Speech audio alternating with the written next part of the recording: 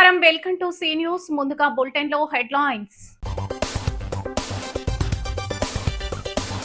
గోదావరి పుష్కరాలను ఆదర్శవంతంగా నిర్వహిస్తాం. పురపాలక శాఖ మంత్రి డాక్టర్ పి నారాయణ వెల్లడి.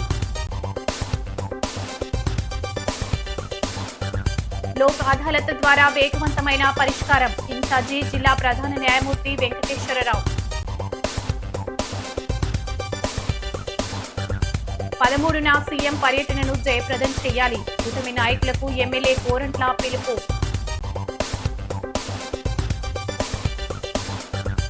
వేతనాలు పెంచాలని అంగన్వాడీల ఆందోళన. పోరు వర్షంలోనూ కలెక్టరేట్ వద్ద నిరసన.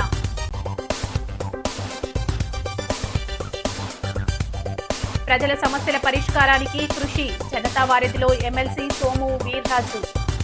గోదావరి పుష్కరాల్లో 12 రోజులు పుష్కరాల్లో దాదాపు 10 కోట్ల మంది యాత్రికులు గోదావరి తీరంలో పుణ్య స్నానాలు చేసే అవకాశం ఉందని అంచనా వేస్తున్నామని పురపాలక శాఖ మంత్రి డాక్టర్ పొంగూరు నారాయణ, పర్యాటక సాంస్కృతిక శాఖ మంత్రి కందుల దుర్గేష్ తెలిపారు. ఆ స్థాయికి తగిన విధంగా ఎలాంటి ఇబ్బందులు లేకుండా పుష్కరాలను విజయవంతంగా నిర్వహించేందుకు అన్ని శాఖలు సమన్వయంతో ముందస్తు ప్రణాళికలు రూపొందించి నిర్మాణాత్మకంగా పనిచేయాలని వారు సూచించారు. రాజమహేంద్రవరం నగరంలోని స్నానఘట్టాలను పరిశీలించిన అనంతరం మున్సిపల్ కార్పొరేషన్ కార్యాలయ సమావేశ మందిరంలో గోదావరి పుష్కరాలు 2027 ఏర్పాట్లపై నిర్వహించిన సమీక్షా సమావేశంలో మంత్రులు, అధికారులకు పలు కీలక ఆదేశాలు జారీ చేశారు. మంత్రి నారాయణ మాట్లాడుతూ, రాష్ట్ర ముఖ్యమంత్రి నారా చంద్రబాబు నాయుడు మార్గదర్శకత్వంలో గత పుష్కరాల నిర్వహణలో ఉన్న అనుభవాన్ని సమర్థంగా వినియోగించి ఈసారి మరింత మెరుగైన ఏర్పాట్లు చేయాలని పేర్కొన్నారు. పుష్కరాల కోసం చేపట్టే పనులు తాత్కాలిక ఏర్పాట్లకే పరిమితం కాకుండా నగరానికి శాశ్వత ఆస్తులుగా నిలిచే విధంగా ఉండాలని స్పష్టం చేశారు. ఎమ్మెల్సీ సోము వీర్రాజు, ఎమ్మెల్యేలు Gorantla Butchaiah Chowdary, Adireddy Srinivas, RUDA chairman Boddu Venkataramana, joint collector Y Meghaswaroop, municipal commissioner Rahul Meena, assistant collector K Aditya Sharma, వివిధ శాఖల అధికారులు పాల్గొన్నారు.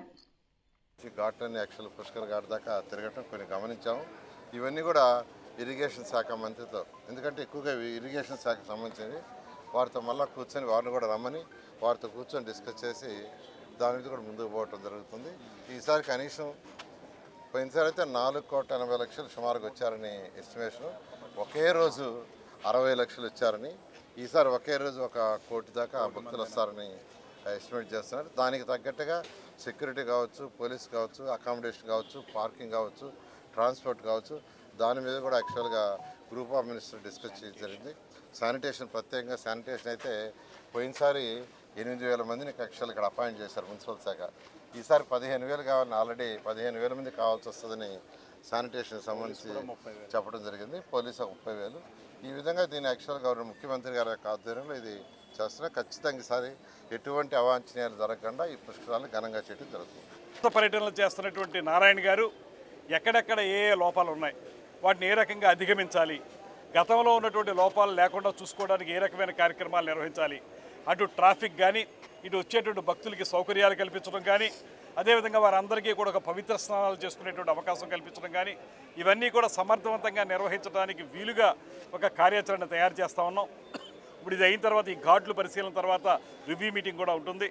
మొత్తంగా రాబోయే రోజుల్లో పూర్తి స్థాయిలో ఈ కార్యక్రమాలన్నింటినీ కూడా ఏర్పాటు చేసుకుని ఎక్కడా కూడా తొడతొక్కిడి లేకుండా అందరూ సజావుగా ఈ పుణ్యస్నానాలు ఆచరించే విధంగా చేయడానికి అవసరమైనటువంటి అన్ని కార్యక్రమాలను చేపట్టడానికి ప్రభుత్వం చిత్తశుద్ధితో ఉందనేటువంటి మాటను తెలియజేస్తూ ఈ కార్యక్రమాన్ని ముందుకు తీసుకువెళ్తాం. త్వరలోనే రాబోయే రోజుల్లో మంచి పుష్కరాలని, అద్భుతమైనటువంటి సేఫ్టీతో కూడినటువంటి, భద్రతా ప్రమాణాలతో కూడినటువంటి పుష్కరాలని నిర్వహించడానికి ఈ రాష్ట్ర ప్రభుత్వం, కూటమి ప్రభుత్వం దీక్షా కంకణబద్ధమై ఉందనేటువంటి మాటని సందర్భంగా తెలియజేస్తున్నాను. అన్ని శాఖల నుంచి అనేక విధాలైనటువంటి నిధుల్ని సేకరించి సమీకరించి రాజమండ్రి పుష్కరాలకి నారాయణ గారు, అలానే మన డిప్యూటీ సీఎం గారు, ముఖ్యమంత్రి గారికి, శాసనసభ్యులు చౌదరి గారికి, అలాగే మంత్రి గారికి, స్థానికంగా ఉన్న యువ శాసనసభ్యులకి అంశాల మీద చాలా క్లారిటీ ఉంది. మెయిన్ కెనాల్కి కేంద్ర ప్రభుత్వం నుంచి ఏదైతే పోలవరం అథారిటీ వారితో మాట్లాడి 250 కోట్ల రూపాయలు సేకరించే విధంగా ప్రయత్నాలు జరుగుతాయి.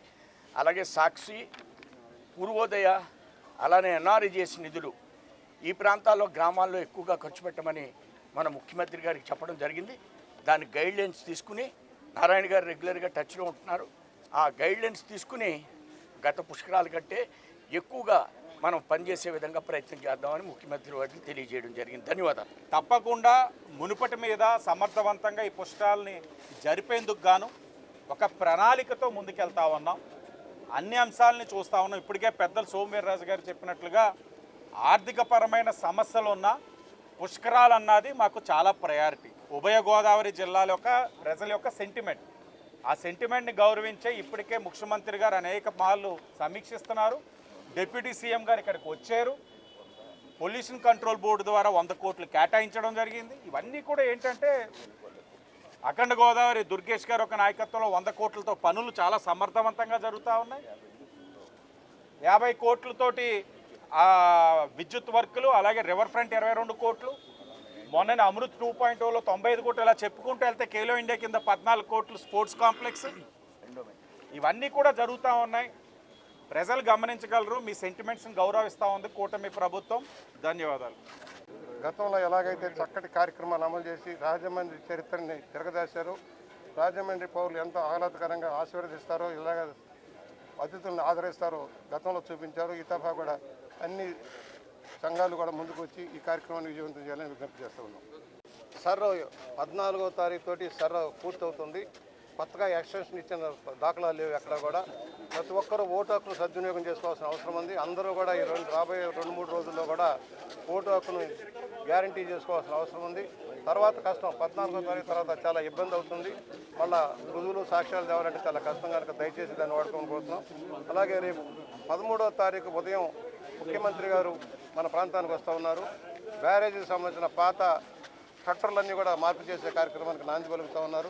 అదే రోజు రైతు సదస్సు కూడా పిచ్చుకలంక దగ్గర, ధవళేశ్వరం పిచ్చుకలంక దగ్గర రైతు సదస్సు కూడా జరుగుతుంది. దాన్ని విజయవంతం చేయవలసిందిగా గోదావరి జిల్లాలో రైతు సోదరులందరికీ విజ్ఞప్తి చేస్తూ ఉన్నాం. ఇరు పక్షాలకు ఆమోదయోగ్యమైన రీతిలో కోర్టు కేసులను త్వరితగతిన పరిష్కరించుకునేందుకు జాతీయ లోక్ అదాలత్ అత్యుత్తమ ప్రత్యామ్నాయ వేదిక అని ఉమ్మడి తూర్పు గోదావరి జిల్లా న్యాయ సేవాధికారి సంస్థ ఇన్ఛార్జ్ జిల్లా ప్రధాన న్యాయమూర్తి ఎల్ వెంకటేశ్వరరావు అన్నారు. లోక్ అదాలత్ను ఒక ప్రజా ఉద్యమంలా నిర్వహించడం వల్ల ప్రజల్లో అవగాహనతో పాటు న్యాయ వ్యవస్థపై విశ్వాసం మరింత పెరుగుతుందని తెలిపారు. శనివారం జిల్లా కోర్టు ఆవరణలోని జిల్లా న్యాయ సేవాధికార సంస్థ కార్యాలయంలో నిర్వహించిన జాతీయ లోక్ అదాలత్ కార్యక్రమాన్ని ఆయన ప్రారంభించి మాట్లాడారు. దీర్ఘకాలంగా పెండింగ్లో ఉన్న కోర్టు కేసులను ఇరుపక్షాల పరస్పర అంగీకారంతో సులభంగా పరిష్కరించుకునేందుకు లోక్ అదాలత్ సమర్థవంతమైన వేదికగా నిలుస్తోందన్నారు. ఉమ్మడి తూర్పుగోదావరి జిల్లా వ్యాప్తంగా 43 లోక్ అదాలత్ బెంచీల ఏర్పాటు చేయగా రాజమహేంద్రవరం జిల్లా కోర్టు ఆవరణలో 9 బెంచీల ద్వారా వివిధ రకాల కేసులను విచారించి రాజీ మార్గంలో పరిష్కరించే ప్రక్రియ చేపట్టినట్లు తెలిపారు.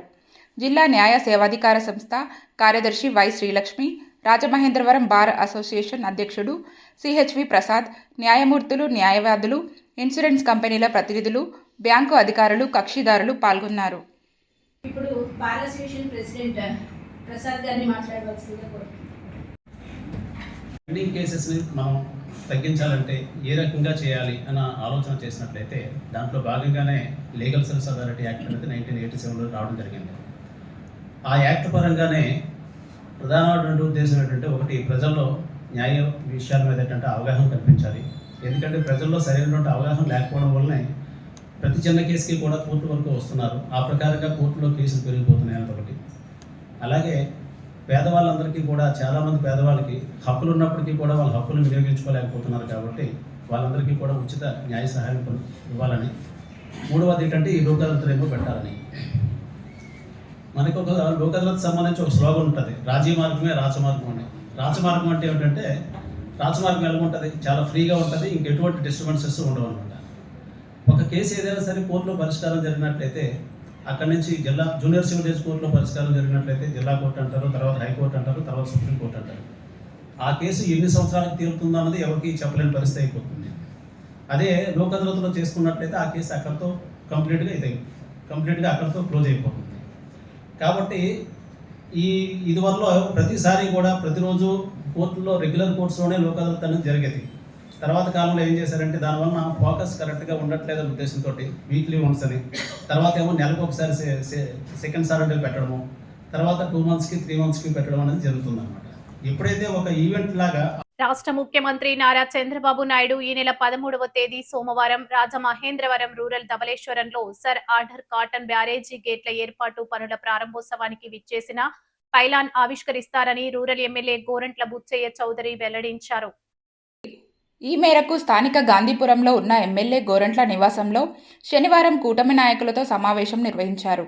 బ్యారేజీ గేట్లకు శంకుస్థాపన చేసిన అనంతరం అక్కడికి వచ్చి పిచ్చుకలంక వద్దకు చేరుకొని రైతులతో సమావేశం నిర్వహిస్తారని వివరించారు.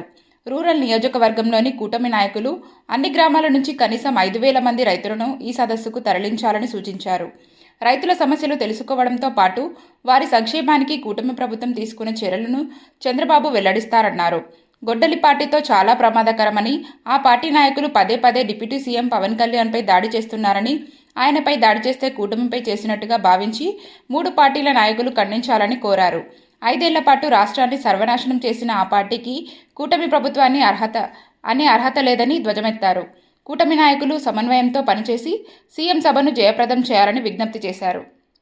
ఎమ్మెల్యే యువకుడు ముసలాడు కాదు, లైన్లో పెట్టున్నాం పనుల గురించి అసలు మీరు నన్ను 13వ తారీఖున ప్రీతమ ముఖ్యమంత్రి నారా చంద్రబాబు నాయుడు గారు మన ధవళేశ్వరం వస్తూ ఉన్నారు. అక్కడ ఏదైతే గేట్స్ ఉన్నాయో బ్యారేజ్ గేట్స్, పాడైపోయిన గేట్లు, దాన్ని కొత్త గేట్లు పెట్టేదానికోసం 150 కోట్ల రూపాయలతో పథకం శాంక్షన్ చేశారు. బెకం కంపెనీ దాన్ని టేకప్ చేసింది. పనులు ప్రారంభించడం కోసం చంద్రబాబు గారు వచ్చి పైలాన్ ఆవిష్కరిస్తారు ధవళేశ్వరం దగ్గర. అలాగే పిచ్చుకలంక దగ్గర కొత్తపేట నియోజకవర్గం పిచ్చుకలంకతో అక్కడ కూడా రైతు సదస్సు జరగబోతుంది. రైతు సదస్సు తర్వాత వారు మళ్ళీ పోలవరం వెళ్తారు. రైతులంతా కూడా రైతులకు సంబంధించిన సమస్యల మీద చర్చించడం కోసం రైతు సదస్సు ఏర్పాటు చేయడం జరిగింది. రైతుల ప్రయోజనాలకు ఉద్దేశించి గోదావరి జిల్లాలో రైతుల సమస్యల మీద కూడా మాట్లాడేదానికి, వివిధ పంటల పరిస్థితి మీద చర్చించేదానికి కూడా ఇది అవకాశం వస్తుంది. రైతులు లాభసాటిగా వ్యవసాయం ఎలా మార్చాలి, అధునాతన ప్రక్రియలు ఏమేయాలి, పంటల గిట్టుబాటు ధరలు ఎలా దాని మీద చర్చించేదానికి అవకాశం ఉంది కనుక దయచేసి ఉభయ గోదావరి జిల్లాల రైతాంగం అంతా కలిసి రావాల్సిందిగా, ముఖ్యంగా డెల్టా రైతాంగం భారీగా రావాల్సిందిగా విజ్ఞప్తి చేస్తున్నాం. నిమ్మల రామానాయుడు గారు కూడా ఆ కార్యక్రమంలో జలవనరుల శాఖ మంత్రిగా వారు కూడా ముఖ్య పాత్ర వస్తారు. కందుల దుర్గేష్ గారు వస్తారు.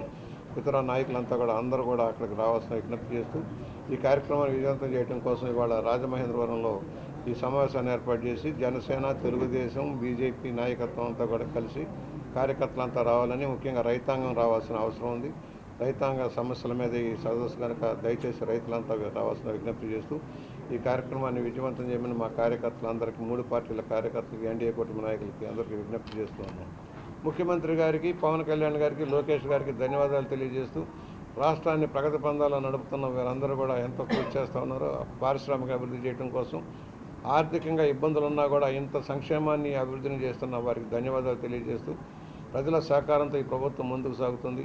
తప్పుడు ప్రచారాలు నమ్మొద్దండి, గొడ్డలి పార్టీని నమ్మొద్దండి. గొడ్డల పార్టీ అరాచక విధానం వల్ల రాష్ట్రం నష్టపోయాం. తిరిగి మళ్ళీ వాళ్ళ కబంధ హస్తాల్లోకి వెళ్లకుండా చూసుకోవాల్సిన బాధ్యత మన మీద ఉంది. సోషల్ మీడియాని దుర్వినియోగం చేసి తప్పుడు గోబెల్స్ ప్రచారం చేసి నాయకుల మీద తప్పుడు విధానాల్లో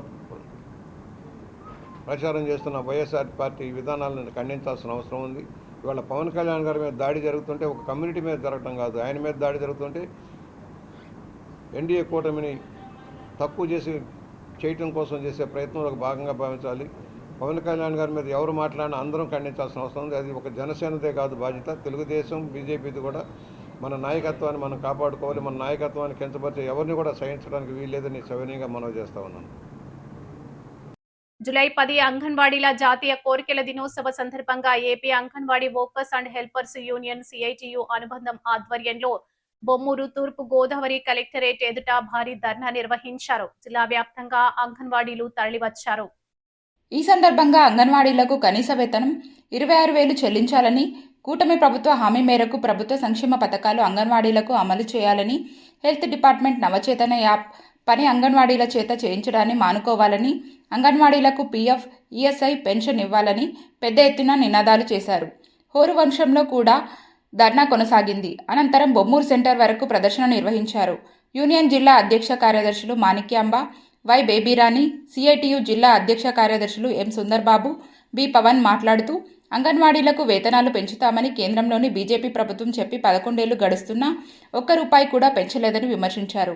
సిఐటియు జిల్లా ఉపాధ్యక్షుడు టి అరుణ్, జిల్లా నాయకులు ఎస్ఎస్ మూర్తి, కర్రి రామకృష్ణ, పూర్ణిమారాజు, భగత్, ఆశా వర్కర్స్ యూనియన్ జిల్లా అధ్యక్షులు అన్నామణి, ఎస్ఎఫ్ఐ జిల్లా అధ్యక్షులు భాస్కర్, జిల్లా నాయకులు అన్నపూర్ణ, మార్తా, రామలక్ష్మి, సూర్యకాంతం, కృష్ణవేణి, లక్ష్మి, బ్రహ్మం, విజయకుమారి, మాలతి, సునీత, సుజాత తదితరులు పాల్గొన్నారు. తెలుగుదేశం పార్టీ నాయకులకి, ఈ రాష్ట్రంలో అధికారంలో ఉన్న కూటమి ప్రభుత్వ నాయకులకి అంగన్వాడీల కష్టాలు కనబడటం లేదా అని అడుగుతా ఉన్నాను. నేను అడగదలుచుకునే ఉంటే, అయ్యా మీకు అంగన్వాడీల కష్టాలు కనబడకపోతే మీ కళ్ళు సరిగ్గా టచ్ చేయించుకోండి. మీ కళ్ళు సరిగ్గా పనిచేయకపోతే కళ్ళద్దాలు పెట్టుకోండి. కళ్ళద్దాలు పెట్టుకొని చూడండి. ఆ రోజు అంగన్వాడీ కష్టాల దగ్గర అందరూ ప్రయత్నం చేశారు.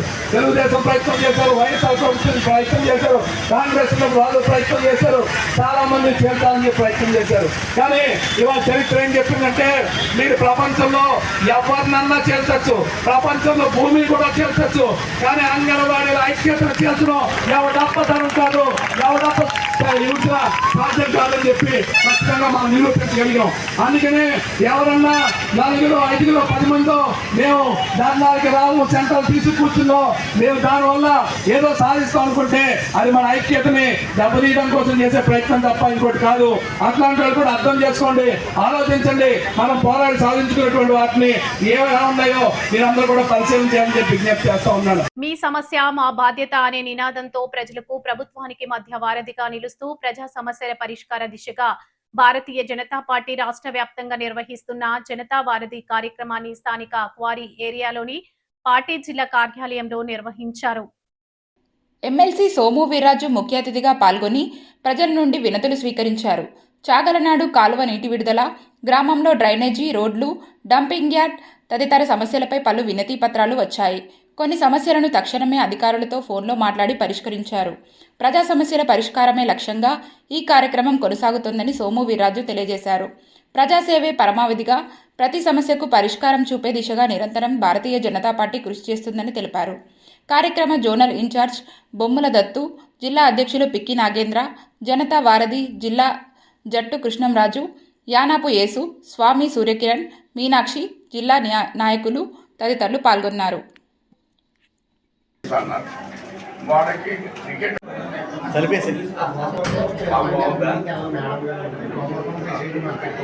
ఒక పేషెంట్ శ్రీవల్లి అమ్మాయికి ఒక సంవత్సరానికి సరిపడే అయ్యే మన దగ్గర.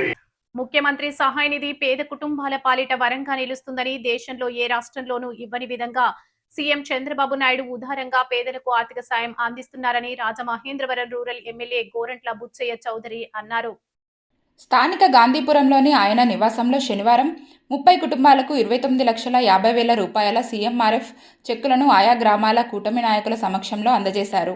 ఈ సందర్భంగా గోరంట్ల మాట్లాడుతూ ఇప్పటి వరకు రూరల్ నియోజకవర్గంలో 555 కుటుంబాలకు 5,31,75,000 రూపాయలను సీఎం సహాయ నిధి ద్వారా అందజేయడం జరిగిందన్నారు. వీటిలో వైద్యం అందించేందుకు 4 లక్షలు, 3 లక్షల విలువైన ఎల్ఓసీలు కూడా ఉన్నాయన్నారు. ఈ సహాయం ద్వారా ఆయా కుటుంబాలకు కొంత మేరకు ఆర్థిక భరోసా లభిస్తుందని అన్నారు. అర్హులైన పేద కుటుంబాలకు మాత్రమే ఈ సహాయం అందేలా చర్యలు తీసుకుంటున్నామని వెల్లడించారు. ఇంత ఉదారంగా సహాయం అందిస్తున్న సీఎం చంద్రబాబు నాయుడుకి ఉప ముఖ్యమంత్రి పవన్ కళ్యాణ్లకు కృతజ్ఞతలు తెలిపారు.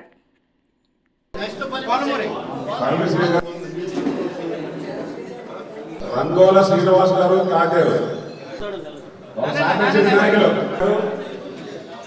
వారికి 20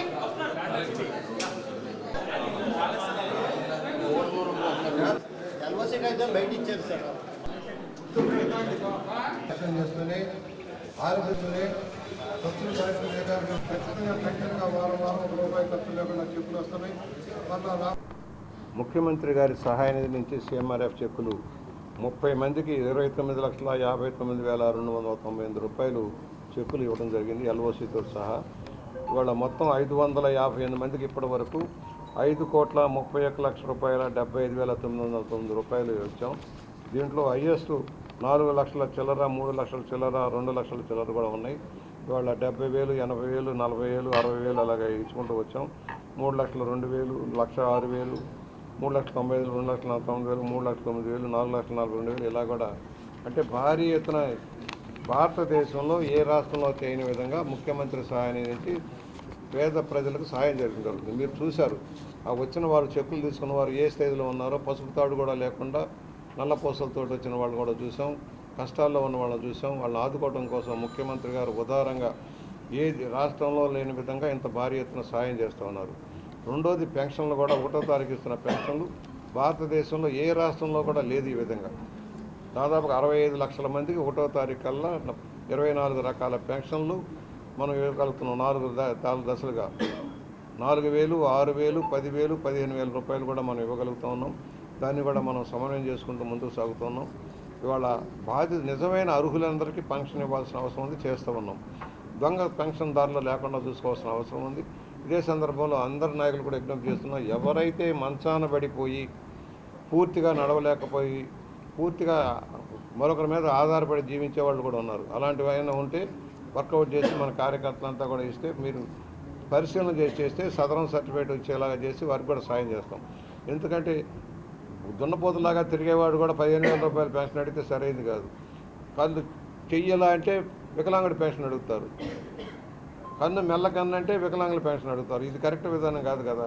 అందువలన ఎవరైతే నిజమైన అర్హులకి పెన్షన్ అందాల్సిన అవసరం ఉంది పేదవాడికి. ఇవాళ పూర్తిగా మంచాన్ని మేము చూసాం ఈ మధ్య గ్రామాల్లోకి వెళ్ళినప్పుడు మన కార్యకర్తలు కూడా మీరు స్టడీ చేసి చెబితే నేను స్వయంగా వస్తాను. మీరు ఎవరైనా అలాంటి కేసులు ఏదైనా ఉంటే నేనే స్వయంగా వచ్చి చూసి కలెక్టర్ గారి దృష్టిలో పెట్టి సాయం చేస్తాం. మనం ధవళేశ్వరం చూసాం, మరో చోట చూసాం, కాతేరు ఒక కేసును చూసాం. అలాంటి కేసులు ఏదైనా ఉంటే అక్కడక్కడ మిగిలిపోయినవి ఉంటే అలాంటి వాళ్ళకి 15,000 ఇస్తే జీవిస్తారు. అలాంటి కేసులు ఏదైనా ఉంటే మా దృష్టికి తెస్తే నేనే స్వయంగా వెళ్ళి పరిశీలన చేసి డాక్టర్లను తీసుకెళ్ళి పరిశీలన చేసి వారికి సాయం చేస్తాం. రాష్ట్ర ముఖ్యమంత్రి నారా చంద్రబాబు నాయుడు జూలై 13న రాజమహేంద్రవరం ప్రాంతంలో పర్యటించనున్న నేపథ్యంలో జిల్లా యంత్రాంగం అన్ని ఏర్పాట్లను వేగవంతం చేసింది. జిల్లా కలెక్టర్ కీర్తి చేకూరి, ఎస్పీ నరసింహ కిషోర్ ఇతర అధికారులు ఏర్పాట్లను పరిశీలించారు. ఈ మేరకు జిల్లా కలెక్టర్ కీర్తి చేకూరి ఆధ్వర్యంలో జిల్లా ఉన్నత స్థాయి అధికారులు బృందం శుక్రవారం సాయంత్రం వేమగిరి హైవే, వేమగిరి హైస్కూల్ ప్రాంగణం, హెలీప్యాడ్ ప్రాంతం, ధవళేశ్వరం బ్యారేజ్ పరిసరాలు, సభా ప్రాంగణం, పార్కింగ్ ప్రాంతాలు, అధికారులు, ప్రజాప్రతినిధులు, మీడియా ప్రతినిధుల కోసం ఏర్పాటు చేస్తున్న వసతులను క్షేత్రస్థాయిలో పరిశీలించారు. ముఖ్యమంత్రి పర్యటన సందర్భంగా ఎలాంటి ఇబ్బందులు తలెత్తకుండా అన్ని శాఖలు సమన్వయంతో పనిచేయాలని కలెక్టర్ కీర్తి చేకూరి అధికారులను ఆదేశించారు. హెలీప్యాడ్ ఏర్పాట్లు, వేదిక నిర్మాణం, బారికేడింగ్, ట్రాఫిక్ నియంత్రణ, పార్కింగ్, తాగునీరు, విద్యుత్, పరిశుద్ధ్యం, వైద్య సేవలు, అగ్నిమాపక ఏర్పాట్లు, అత్యవసర స్పందన బృందాల సిద్ధతపై సంబంధిత శాఖలకు స్పష్టమైన సూచనలు చేశారు. Joint collector why Meghaswaroop, municipal commissioner Rahul Meena, వివిధ శాఖల అధికారులు పాల్గొన్నారు.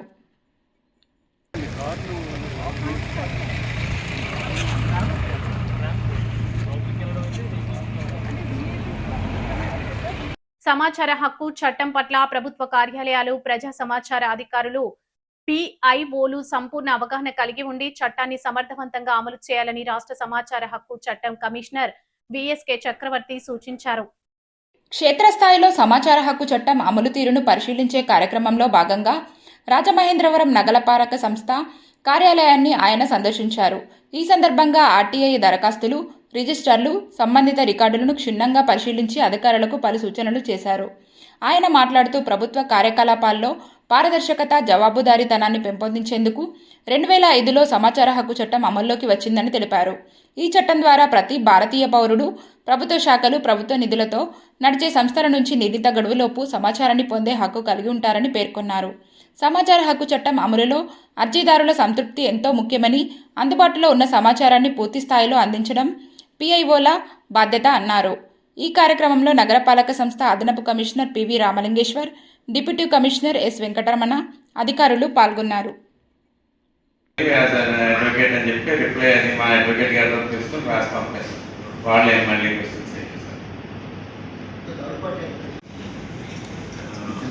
కమిషనర్గా విధుల్లో భాగంగా క్షేత్రస్థాయిలో సమాచార హక్కు అమలు ఎలాగ ఉందని పరిశీలన కోసం రాజమండ్రి మున్సిపల్ కార్పొరేషన్ తీసుకురావడం జరిగింది.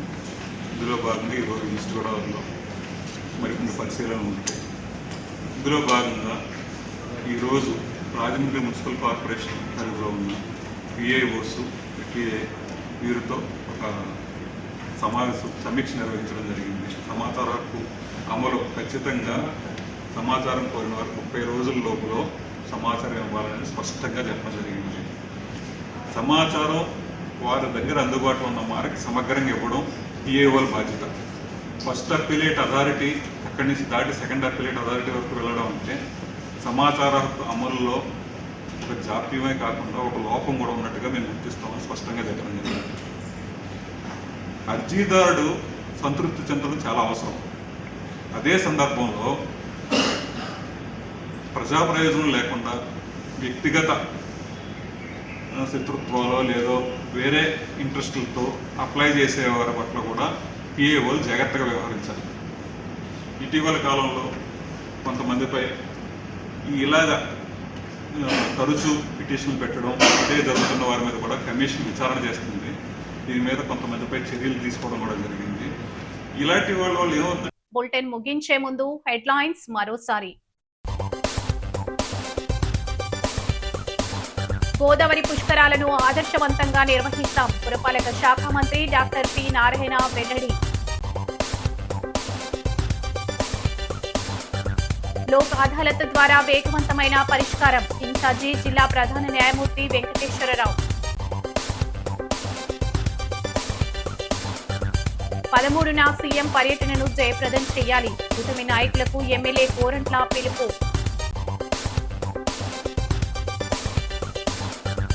వేతనాలు పెంచాలని అంగన్వాడీల ఆందోళన. పోరు వర్షంలోనూ కలెక్టరేట్ వద్ద నిరసన.